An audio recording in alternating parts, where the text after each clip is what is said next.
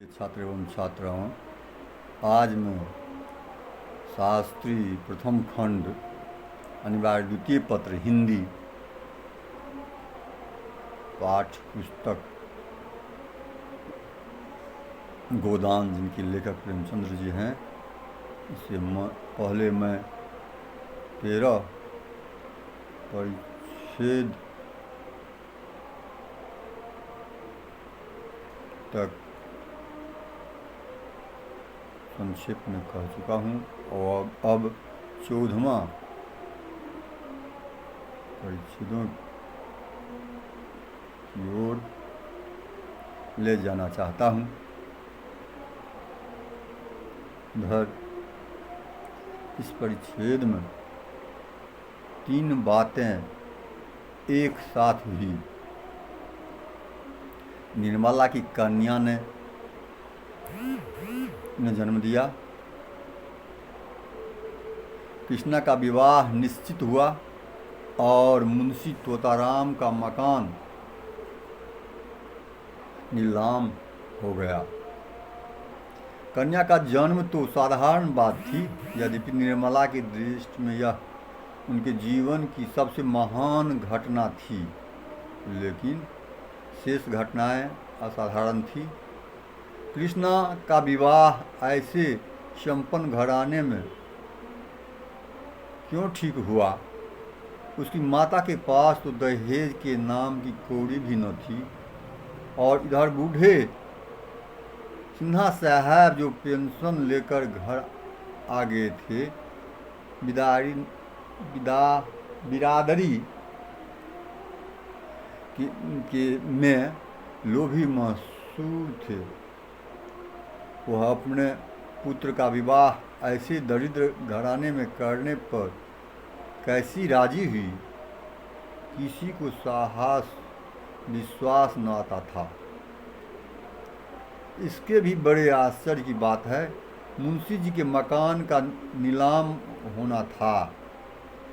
लोग मुंशी जी को लाखपति नहीं तो बड़े आदमी अवश्य समझते थे। उनका मकान कैसे नीलाम हुआ? यह बात थी कि मुंशी जी ने एक महाजन से कुछ रुपये कर्ज लेकर एक गांव रेहन रखा, अर्थात रेहन कहते हैं बंधकी जिसको कहते हैं।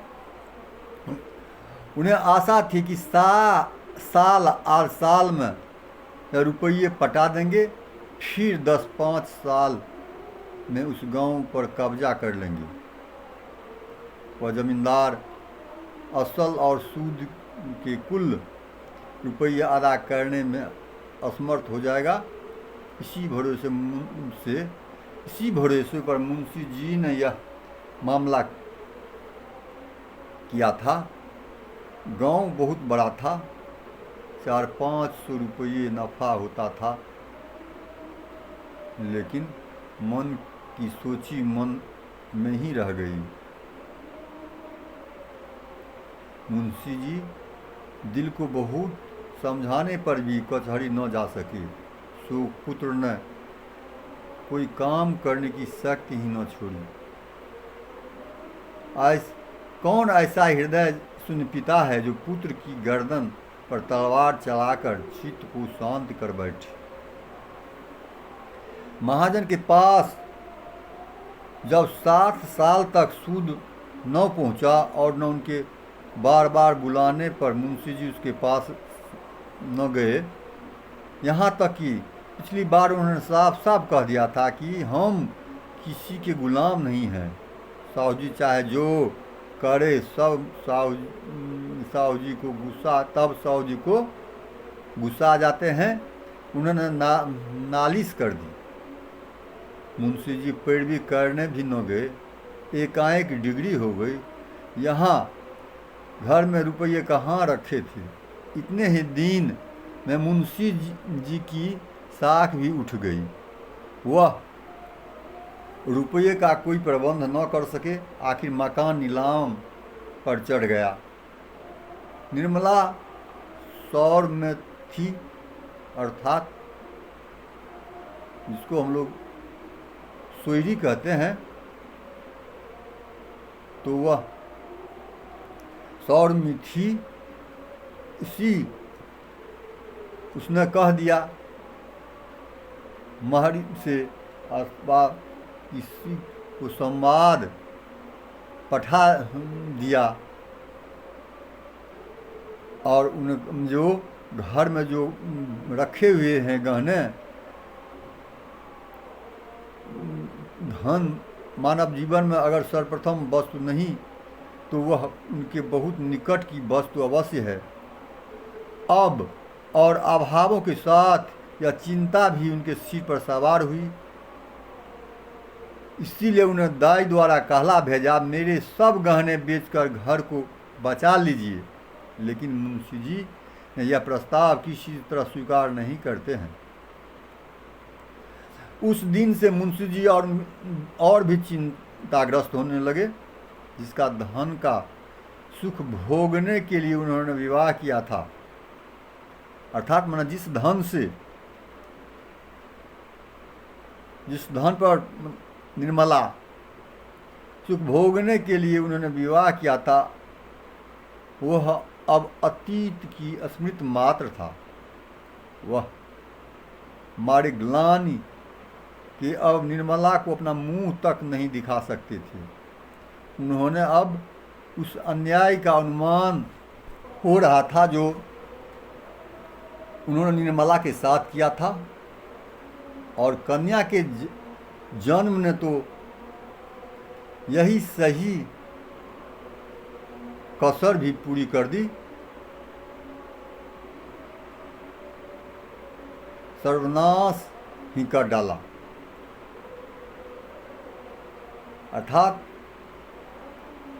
कन्या के जन्म ने तो रही सही कसर भी पूरा कर दी और सर्वनाश कर डाला। 12वें दिन सौर से निकलकर निर्मला नवजात शिशु को गोद में लिए पति के पास गई।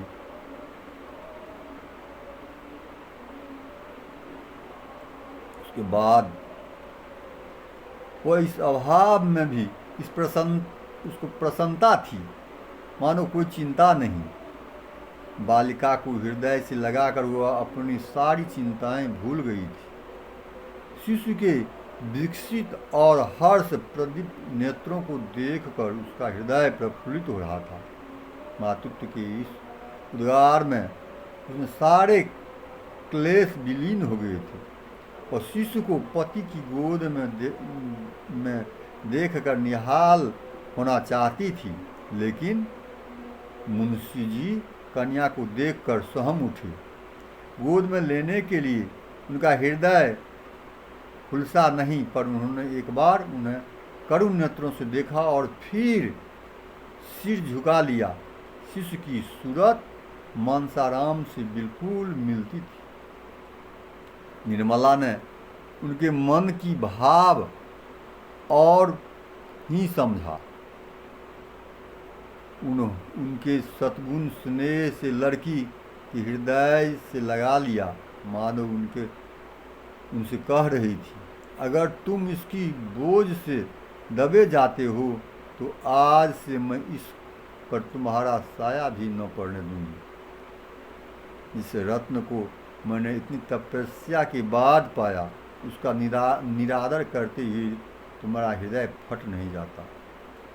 वह उसी क्षण शिशु को चिपकाए हुए अपने कमरे में चली आई और देर तक रोती रही। उनके पति की यह चिंता को समझने की जरा भी चेष्टा न थी, नहीं तो शायद वह उन्हें उनका इतना कठोर न समझती। उसके सिर उत्तरदायित्व का इतना बड़ा भार कहाँ था जो उनके पति पर आ पड़ा था। और सोचने की चेष्टा करती तो क्या इतना भी उनको समझ में न आता। मुंशी जी को एक ही क्षण में अपनी भूल मालूम हो गई। माता के हृदय प्रेम में इतना अनुरक्त रहता था कि आखिर को चिंता और बाधाएं उनको जरा भी भयभीत नहीं करती। उसे अपने अंतःकरण से एक अलौकिक शक्ति का अनुभव होता है जो बाधाओं को के सामने परास्त कर देते हैं। मुंशी जी दौड़ते हुए घर में आए और शिशु को गोद में लेकर बोले, मुझे याद आती है मानसाराम ऐसे ही था, बिल्कुल ऐसे ही।